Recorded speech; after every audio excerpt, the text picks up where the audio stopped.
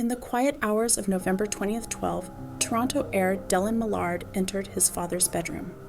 Wayne Millard, the 71-year-old CEO of Millard Air, a family aviation business built over generations, was found dead, shot in the left eye. The death was ruled a suicide. But that would change. Months later, 32-year-old Tim Bosma vanished after taking Dellen and his friend Mark Smick on a test drive of his truck. As police dug deeper, they uncovered a trail that led straight to Dellen.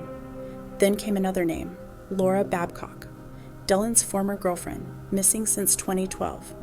Investigators believed she was murdered and her body destroyed. 2 more victims, 2 more murders.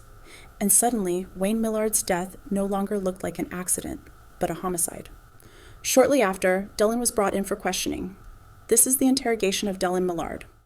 November the 30th, 2012. The time is 1:30 a.m. I'm Detective James Hutcheon, Hutcheon, badge number 6103. With me is Detective Johnston, Johnston, badge 5058. And also sitting with us is Dellen Millard. That's correct. Dellen, can you spell your first name, please? Dellen. And your last name? Millard, Millard. Okay, and you also have a middle name, right? Evan, And spell that, please. Evan. Oh, okay, great.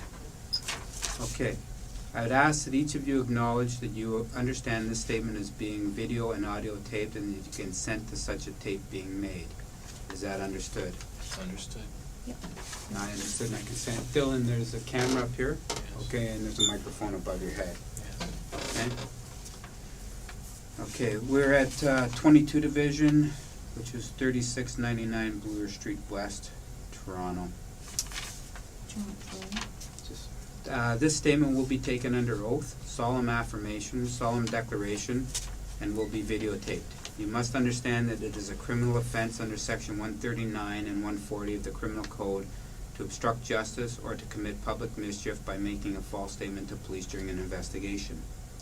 You must further understand that you may be a witness at a trial concerning the events you describe in the statement, and if at that time you recant your statement or claim it to be false, it can and will be used at that trial, and you may be liable to prosecution under Section 137 of the Criminal Code for fabricating evidence.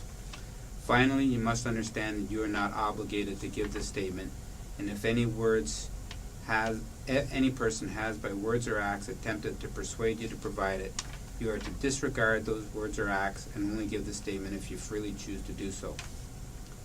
Do you understand your right to choose whether or not to make a statement? Yes, I understand that. Do you understand the criminal consequences of making a false statement? Yes, I do.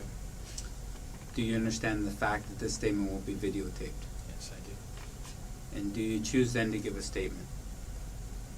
Sure, let's do it. Okay. At this time, I'd ask the Commissioner of Oaths to administer the oath.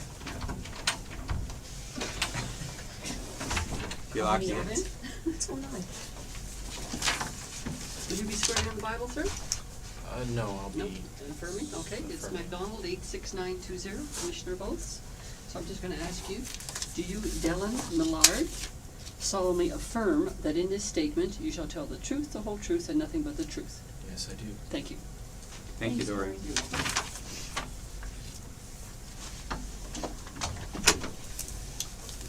Okay, Dellen. We're here with respect to an incident that actually happened yesterday, Thursday, November 29th, 2012, at, I believe, your home at 5 Maple Gate in Etobicoke. And what I'd like you to do is just start from the beginning as to what happened and that brought the police into this incident. From the beginning? Well,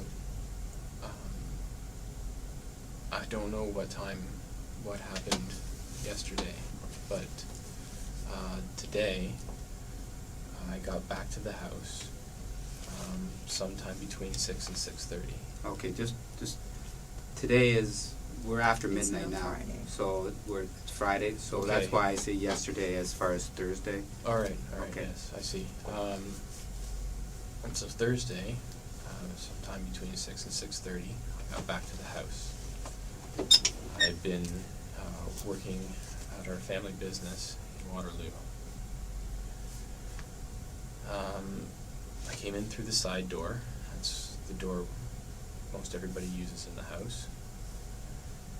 And I opened up the next door, which leads to the cat area of the house. It's the door from the kitchen to the hallway. And then my dog Pedo was waiting for me there.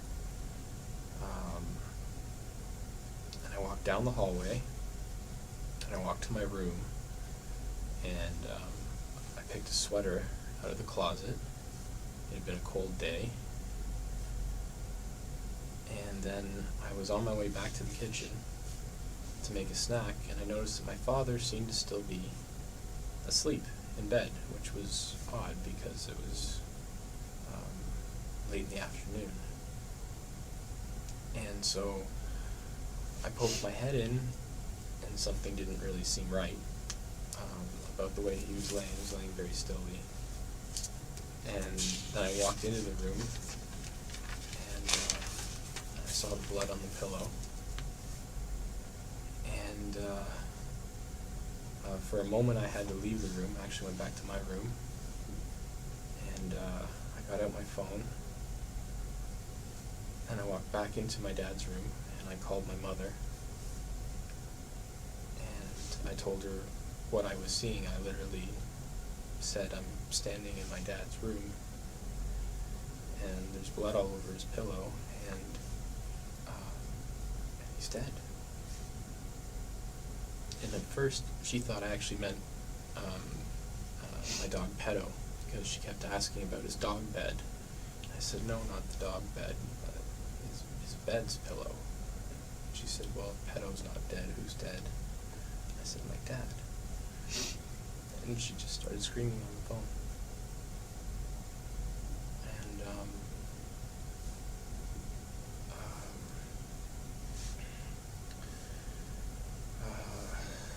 what happened? And I stayed on the phone with her for a while. I went out to the front. I left the room. I paced in the front driveway. I stayed with her on the phone for a while. And I tried to get her to take a taxi, but she insisted she drive out. And so she drove over. And I texted a friend of mine, Andrew Michalski. And I told him that something terrible had happened, and would he please come over? I didn't want to be alone. And he did. And we waited in the driveway together until my mother got there. And then she went in the house by herself for less than 10 minutes, more than 5. And she came back out, and she pulled out her phone and she called the police. She dialed 911. And fire truck came first, and then ambulance, and then squad cars.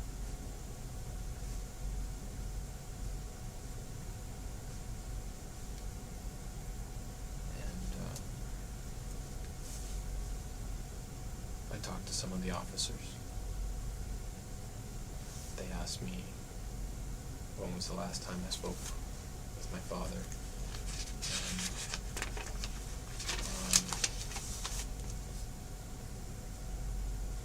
and what time I came home that day.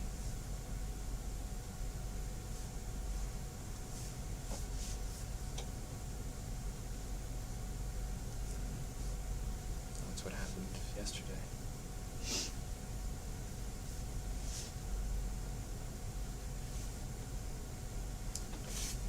Okay. All right. So you were in Waterloo working? Where were you in Waterloo? Waterloo Kitchener International Airport. we've built a hangar there, a large one, and there's all kinds of mechanics there. I moved a bunch of trailers around. We had to tidy up the floor to make it look more presentable.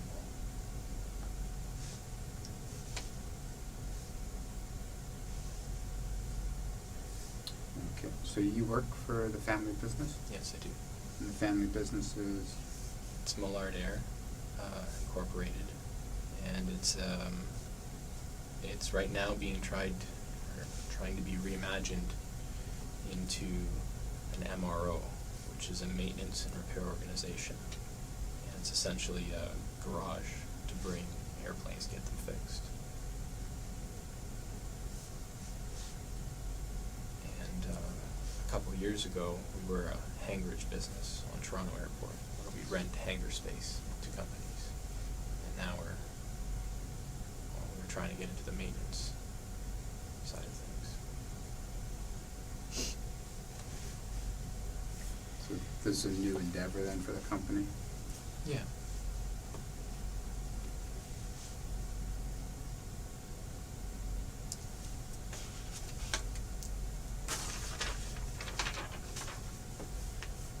Okay. And how's that going as far as the new hangar and everything in Kitchener? It's going. It's stressful. It's been about a year and a half of very hard work for everyone involved, and we haven't got a contract yet. So,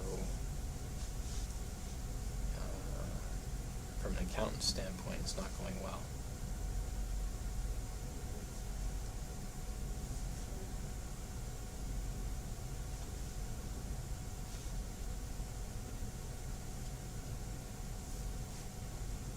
How long has this business been up and running? Like, Well, it's like viable to start doing maintenance repair orders? we got our license about 3 weeks ago. Yeah. And it's been over a year of preparation to get to that point.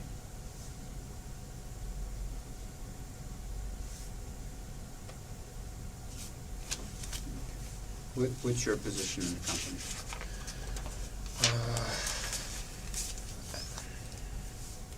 My business card doesn't have a title on it, but I think legally I'm vice president of the company.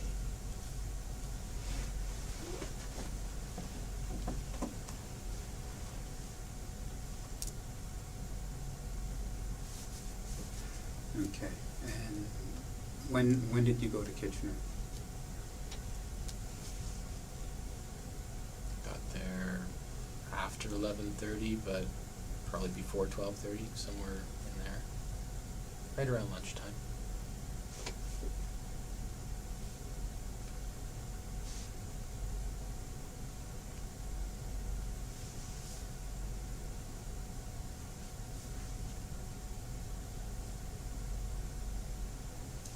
Okay. And when did you leave Kitchener? To come back Yeah. to Etobicoke.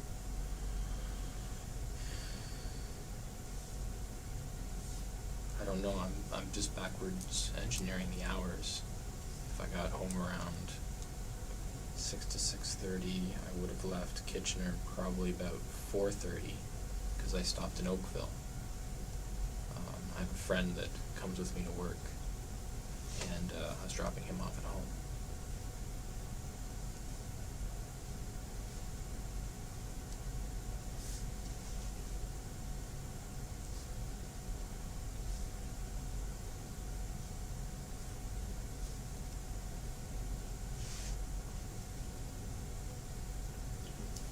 When was the last time you saw your dad?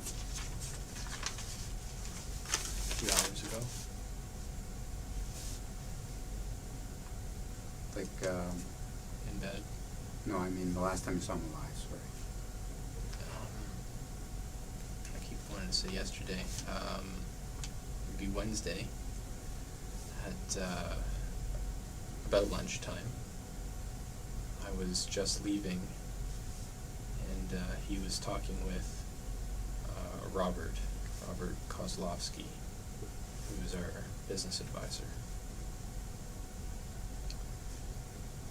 And I stopped for a moment to put my 2 cents in.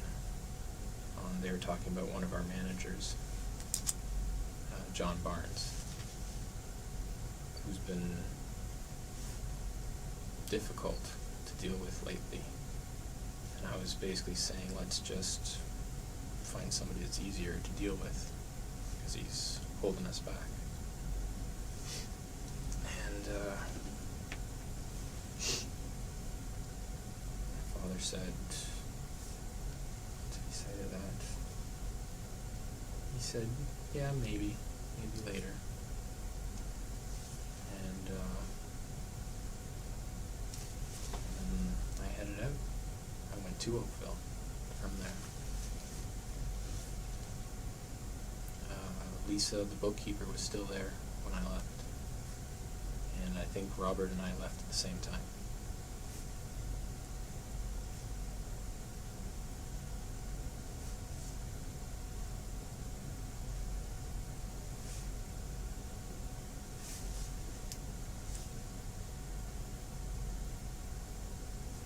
Did you stay at the house Wednesday night? Mark's house, yeah. Oh. Is that Mark your friend? Yeah. That's in Oakville? That's in Oakville. I pick him up, I drop him off. Sometimes I sleep over. And he comes to work with me in Waterloo. And Mark's last name? Smitch. Smich. And where's Mark live? He lives in Oakville. I can't give you the exact address. I'll give you a street corner. Okay. He lives just off of Old Abbey Lane, very near to 3rd Line.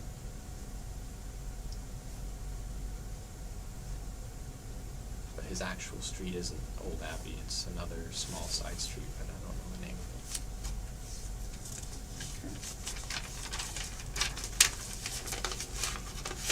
Now, your main residence is at 5 Maplegate? Officially, it's 307 Riverside. I have an apartment in that building, but I've torn it all apart for renovations. So for the last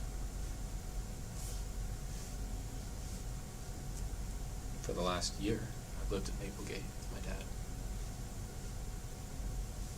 Where's Riverside? Very near to Laura and Jane.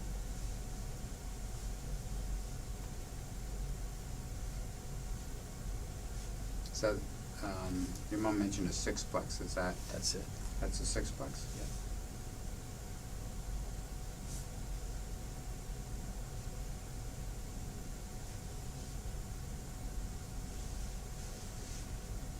And your apartment number in 307? Number 2.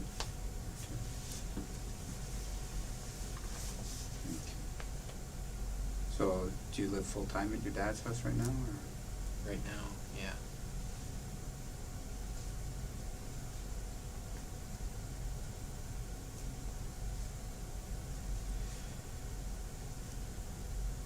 So is Riverside, is it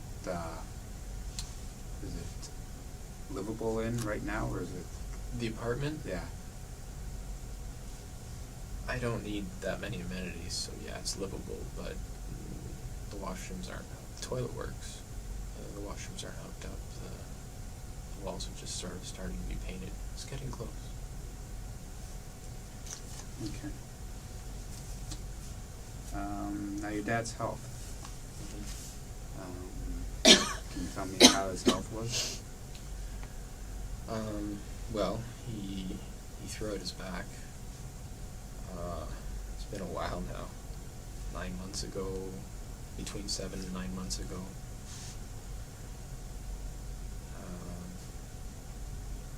And that really, really restricted his mobility. He was bedridden for 2 or 3 months.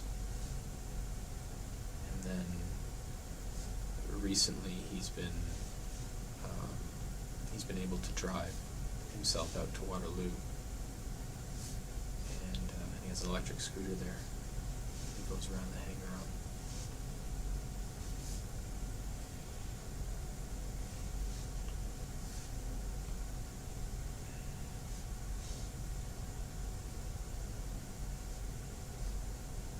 Does he have trouble getting around in the house?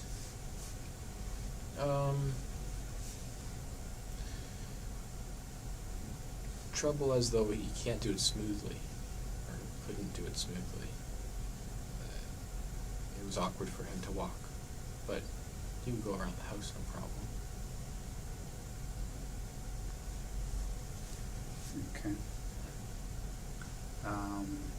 Any other medical problems? What's a medical problem? Heart, liver, lungs? Strong heart, very strong liver. He would have to be. Pardon me? I said it'd have to be. Why? He's always liked alcohol. He's always drank lots, and he'd have to have a strong liver. Now, was your dad a big drinker, or a regular drinker, or an alcoholic? How would you describe it? I don't like to say the word alcoholic, but it fits. He was a regular drinker, like every night, and more than I could drink. But he was also a regular non-drinker. During the mornings and the days, he wouldn't drink at all. It was always just late at night. And how much would he drink at night? It changes over time, all the time. Before he hurt his back, he was into whiskey. Mm-hmm. And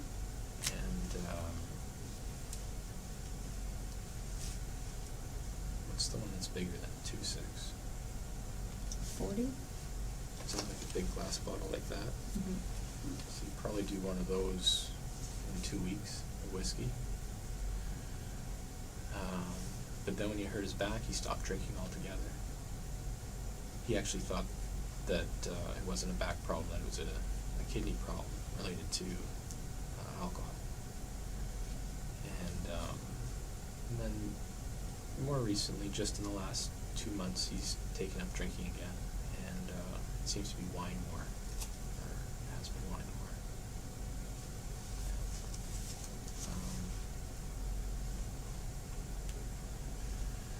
Maybe 8 to 10 of those small wine bottles a night.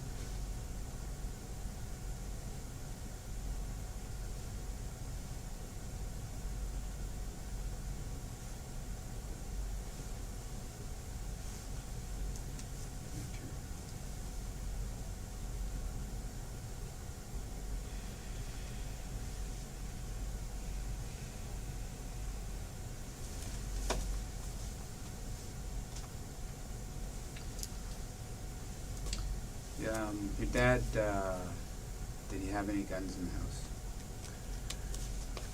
In the past, he has definitely. The safe that the detectives and officers have seen tonight, he's had that safe as long as I can remember. And he's opened it in front of me maybe 3 times in my life. And he used to have handguns in it. And the last time he opened it, that I saw, was over 3 years ago. And it had a bunch of pistols in it then. But about 2 years ago, even 2 to 3 years ago, it had something to do with the gun registry that was going on. It prompted it. He said that he gave all of his guns to a fellow named Les Beatty, who at that time was working for us. He doesn't work for us anymore.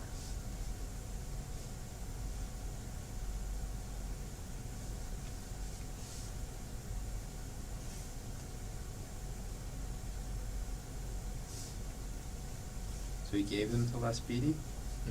My understanding was that Les would take them out in the country somewhere, a friend's property or a family member's property, and just shoot them for fun. Okay. Do you have a number for Les Beatty? I do.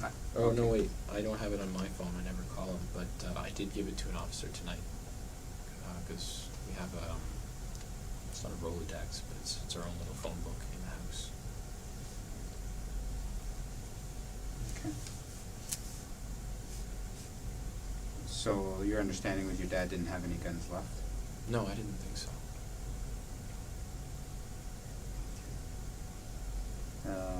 Now you mentioned the safe. Do you know if there was a combination somewhere for the safe, or His lawyer will have the combination. lawyer would have the combination? I would imagine so. I don't see how he'd ever expect me to open it after his death. Okay.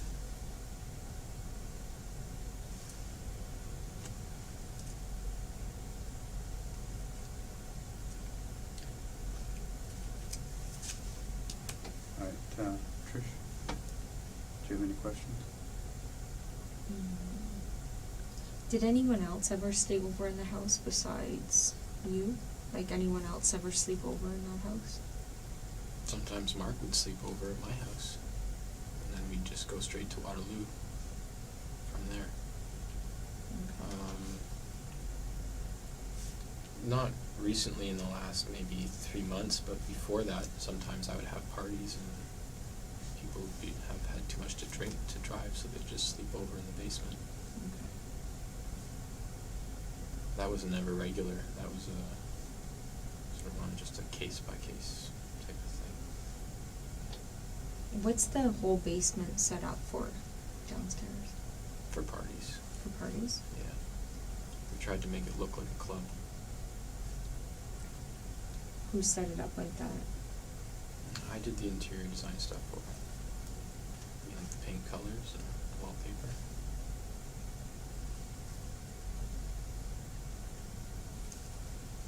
And how often would you have parties? This year I've had 2. Would you advertise them, or? No. No, just friends of friends. When would your last party have been?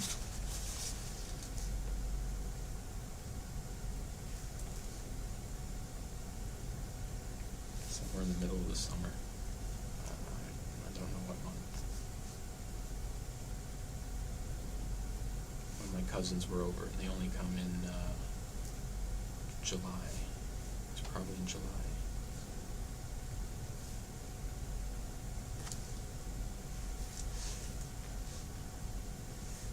And what takes place? I saw there's Xbox and TVs and stuff like that set up down there. Mm-hmm. And drugs, there's some drugs down there. We smoke pot. Okay. Do you grow it? No.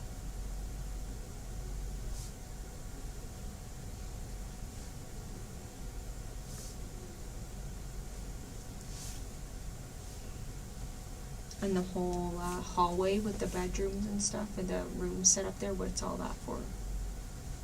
That's just a guest room. Just guest rooms? Mm-hmm. There's just the one though. There's not guest rooms.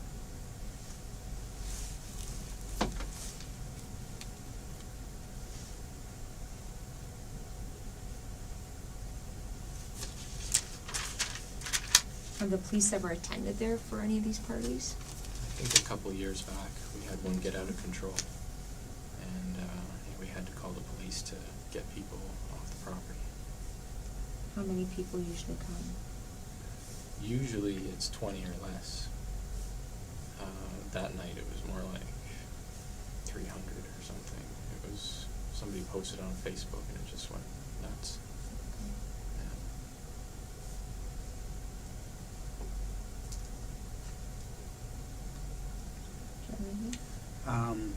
Doors in the house, are they usually always locked?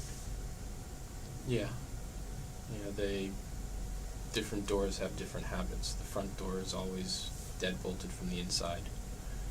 The side door is a combination that locks as soon as you close it. My dad's usually pretty good about going around the house at night to make sure we have wooden stoppers in the sliding doors that feed to the back. Okay. Your dad's sliding door wasn't locked, and there was no wooden stopper in there, and the screen wasn't locked, is that? That's not unusual recently. He's been smoking a lot in the house recently. Smoking in the house, or? Yeah, he didn't used to do that a few years ago, but now he does, and now he did, and he just opened the door.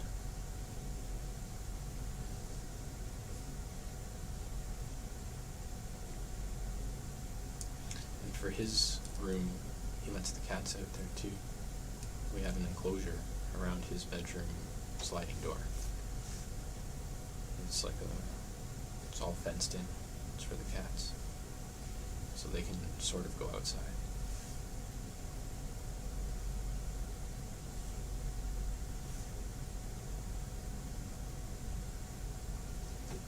Okay, was your dad depressed at all? He had depression in him.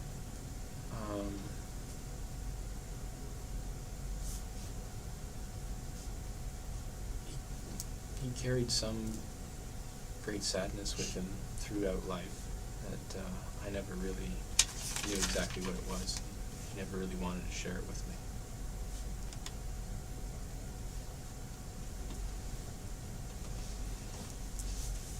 It wasn't like he was always sad either.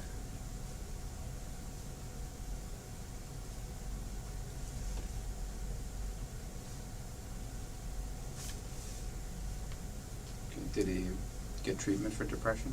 No.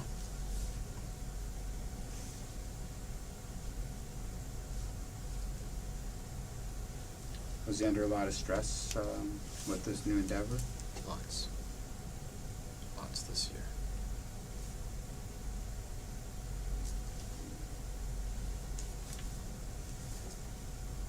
Was there a chance the business was going to fail? And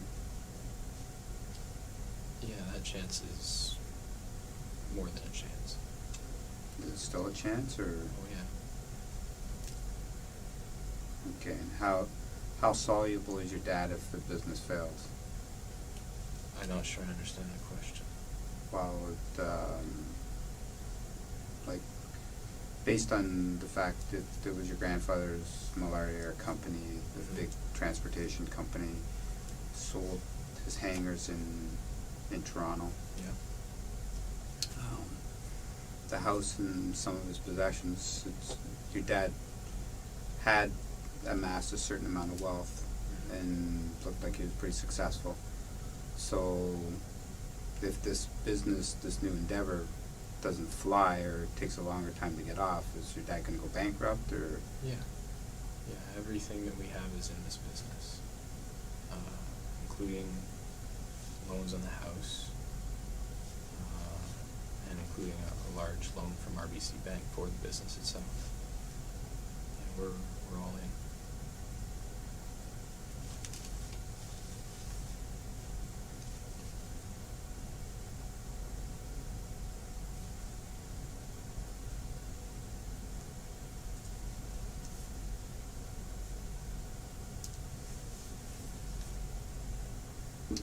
So how long did your dad think that it should, like, the year and a half that it took to get to this point to get the license, was that longer than it should have been? We originally projected 9 months, and it became a year. And we thought that as soon as we had the license, contracts would be coming in steadily and easily, and we haven't got a contract yet. It hasn't been that long. It's been about, like I said, 3 weeks. But yeah, we thought we'd be doing better. Okay, with 3 weeks, once you get the license, to wait 3 weeks for the business to start, that's not a long time. No, it's not at all. It's also, we've spent a lot more than we thought we were going to spend too. Okay. Is there much competition in the MRO business, or? Yeah, it's a small number of players, but the competition is fierce between them.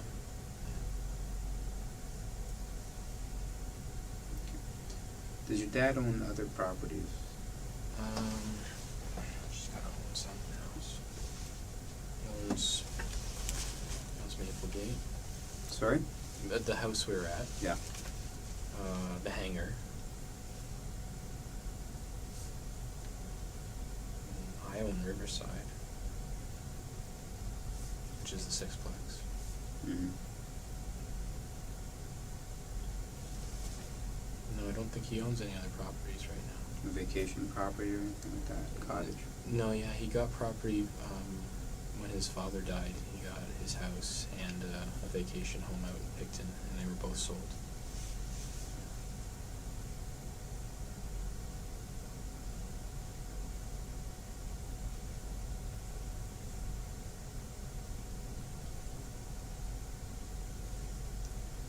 How long would your grandfather die? I honestly don't know. 6 years, I'm guessing.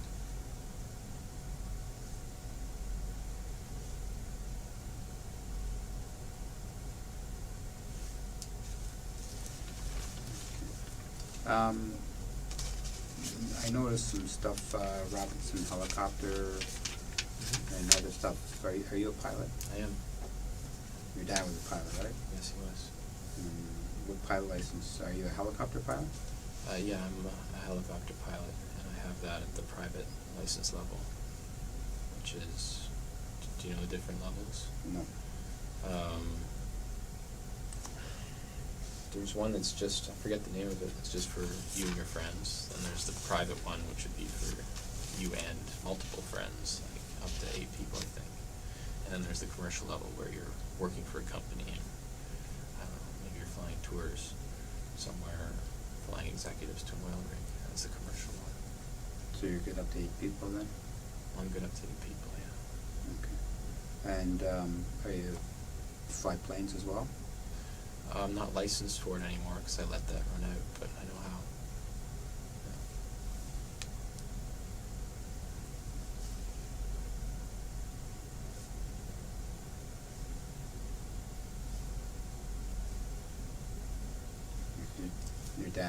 Your dad was a pilot as well, right? He was. Out of anybody I've seen, he had the most number of ratings on his license for different aircraft that he could fly.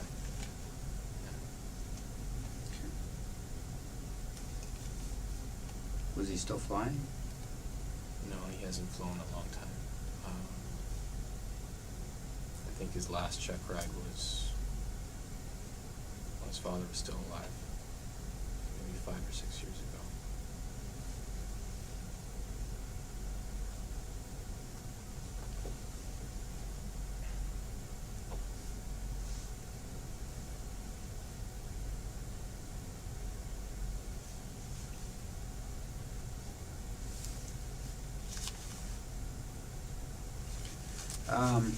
When you went into your dad's room, okay, and you saw him there today, did you take anything out of the room or touch anything or move anything? No. Did you see a note or anything in the room? No. Anywhere in the house? I wasn't looking for one, but no, I didn't see a note.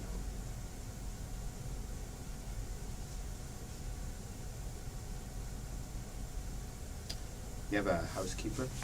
Yes. Her name? Her name is Dina. How often does Dina come? Usually twice a day. What time of the day would she come? She would come late morning, say between 9 and 10 would be the first time she'd come. And then she'd probably come again around 5 p.m. to 6 p.m.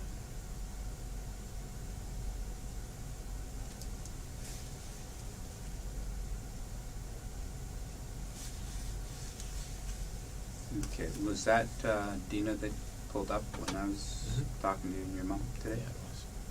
Okay, and that was a little bit later, that was like... I don't know what time. That was like 9 o'clock at night. Yeah, we'd Or already after, been there for after some 9, time. 9:30. Okay. Okay. Had she been there earlier in the day, do you know? I noticed that his dinner was served on his desk, so she was probably there around 5.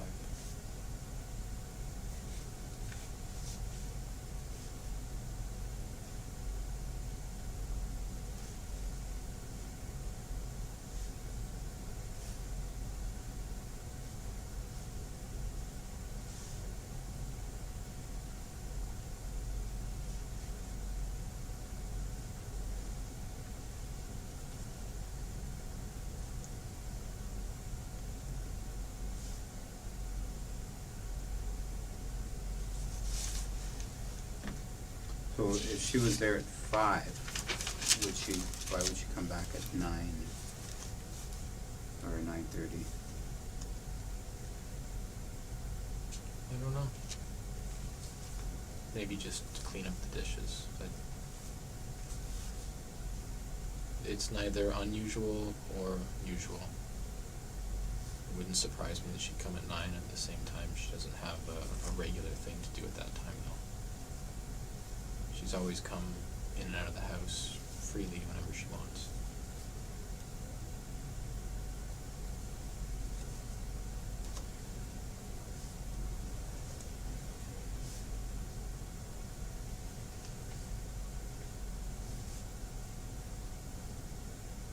Okay, does she live nearby? Mm-hmm. Yeah, she lives on Renforth, near Bloor.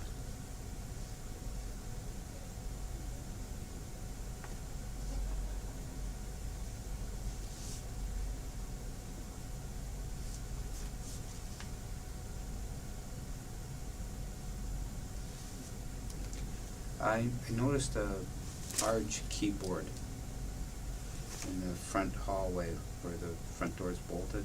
A musical keyboard? No, Oh, a board of keys. yes. Are like, Those are all vehicles at the Waterloo Airport. they're all at the airport? Yep. Yeah, like, Except maybe my dad's van key, it might be on there. okay, so those vehicles weren't missing from the home then? No. Okay. So there's like, it looked like, sports vehicles, There's a mix. There's about, we have about 15 vehicles. We've got some little cars, a couple Jeeps, a couple trucks, a couple vans.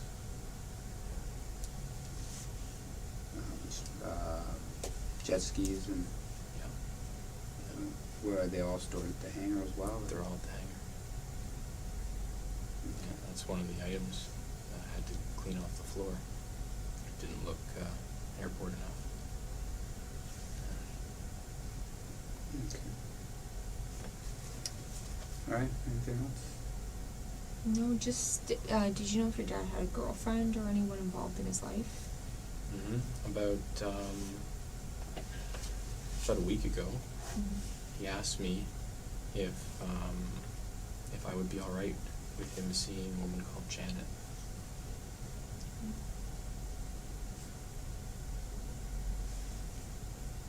Have you ever met her? No, I've never met her. I was told that she was a cousin-in-law that he's known his whole life.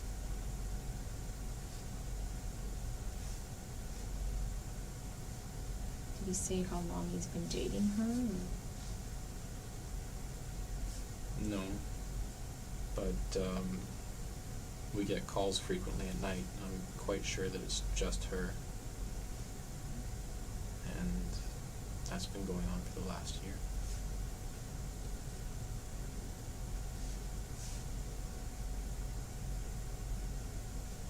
Do you know where she lives? No.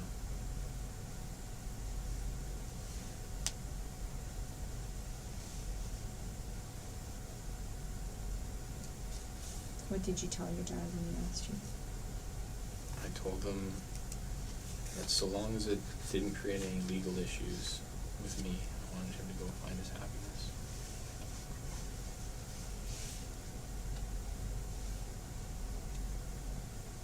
And was it ever mentioned again since he asked you?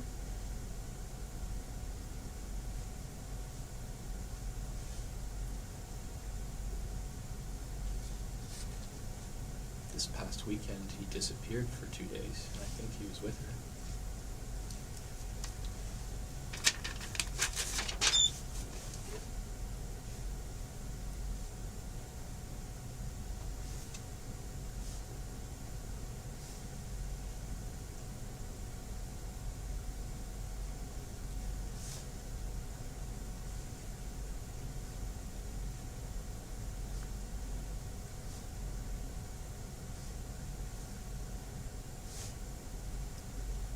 Anything else?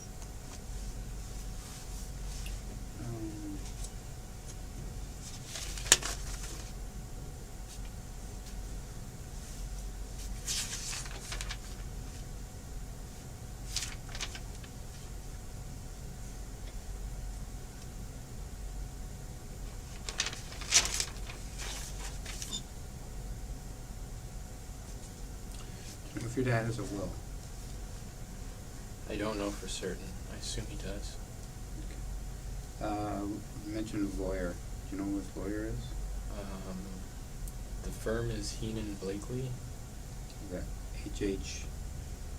H-E-E-N-A-N Blake, L-E-Y. I think that's how I spell it, I'm not sure. And Harry Andrew is his lawyer's name.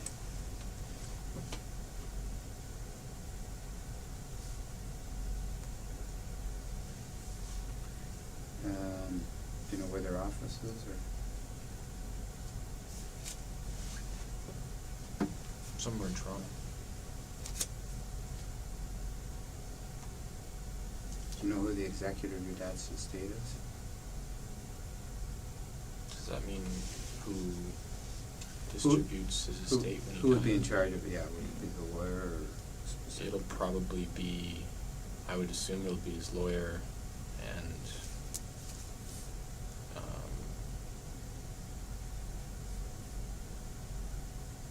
well, I actually think that a lot of it would be going towards me, not that there's really anything. Not the beneficiary, but the Yeah. executor, whoever Oh, would be in charge, you know. no, I don't know. In the interim to settle the estate, pay the bills, and I'd just be guessing. Maybe his lawyer, maybe myself. I really don't know. I'm sure at one point it was my mother. I don't know if that's still the case. okay. Are you, do you have signing authority for the business? How about any of his personal affairs? Signing authority? Yeah, like joint on the house or? There's one account that we're joint on. I've never actually used it though. It was like an in-case count, in case something like this happened, and then you would have access to. Maybe, yeah. I don't know what his thinking was. He was big on setting that up. Okay. Made a big deal about it. I used it. All right. Okay, Trish? Yeah, I'm good. All right. The time is now 2:18 a.m. It's still Friday, November 30th, 2012, and I'm ending this interview. Actually, before I end it, is there anything that you want to tell us that we might have forgotten to ask you, or anything that you remembered that you think that we should know, or?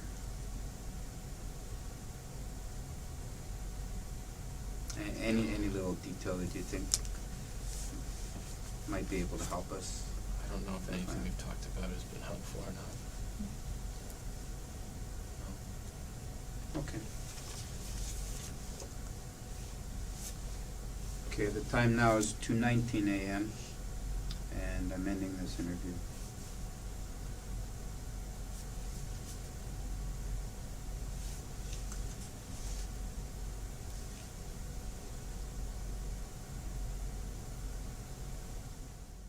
Following months of investigation and days of testimony, the truth behind Dellen Millard's crimes finally came to light. In June 2016, Millard and his friend Mark Smythe were convicted of first-degree murder in the death of Tim Bosma. The 32-year-old husband and father had listed his truck for sale online. Millard and Smith showed up for a test drive, then shot him in the vehicle and burned his body in an incinerator on Millard's property. Later, both men were found guilty in the murder of Laura Babcock. She had been missing since 2012. Prosecutors revealed that Millard and Smish disposed of her body using the same incinerator. Sadly, her remains were never recovered. Then came the final charge, the death of Millard's father, Wayne. Though initially ruled a suicide, evidence later showed that Millard had purchased the gun used in the killing, and his movements placed him at the home during the time of death. In a 2018 bench trial, he was convicted of first-degree murder. By the end of that year, Dellen Millard had received 3 consecutive life sentences, one for each victim.